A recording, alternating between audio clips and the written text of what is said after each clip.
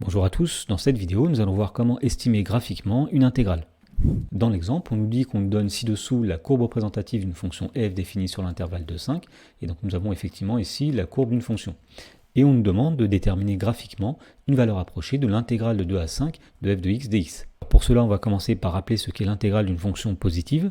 Donc si f est une fonction continue et positive sur l'intervalle AB, eh bien l'intégrale de a à b de f, c'est l'aire qu'on va appeler grand A en unité d'aire, du domaine qui est compris entre trois portions. Tout d'abord, la courbe de f qui est ici, ensuite l'axe des abscisses qui est en dessous, et pour finir, les droites verticales d'équation x égale a et x égale b qui sont ici.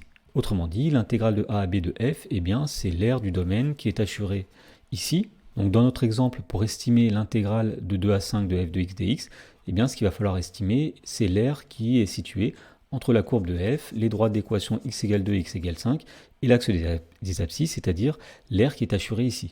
Alors, puisque sur la figure, une unité d'aire, c'est l'aire de ce petit rectangle, c'est-à-dire le rectangle unité, eh bien on voit qu'une unité d'aire, finalement, c'est tout simplement un carreau. Donc, on va essayer de regarder combien de carreaux on peut mettre sous la courbe de la fonction f. Tout d'abord, ici, nous avons un carreau, ensuite nous avons un deuxième carreau, un troisième carreau qui est ici, ce qui dit que finalement l'intégrale vaut au moins 3 unités d'aire. Ensuite, nous avons une portion de carreau qui est ici, mais si on complète cette portion avec la portion qui est ici, par exemple si on l'ajoutait ici, eh bien on aurait une unité d'aire complètement. Donc nous sommes pour l'instant à 4 unités d'aire, et pour finir, nous avons cette petite portion-là plus cette petite portion-là.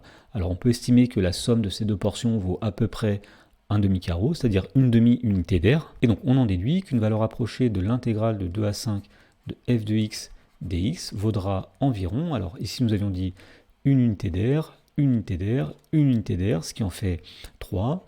Ici et ici nous avions dit ça fait 1, c'est-à-dire 4.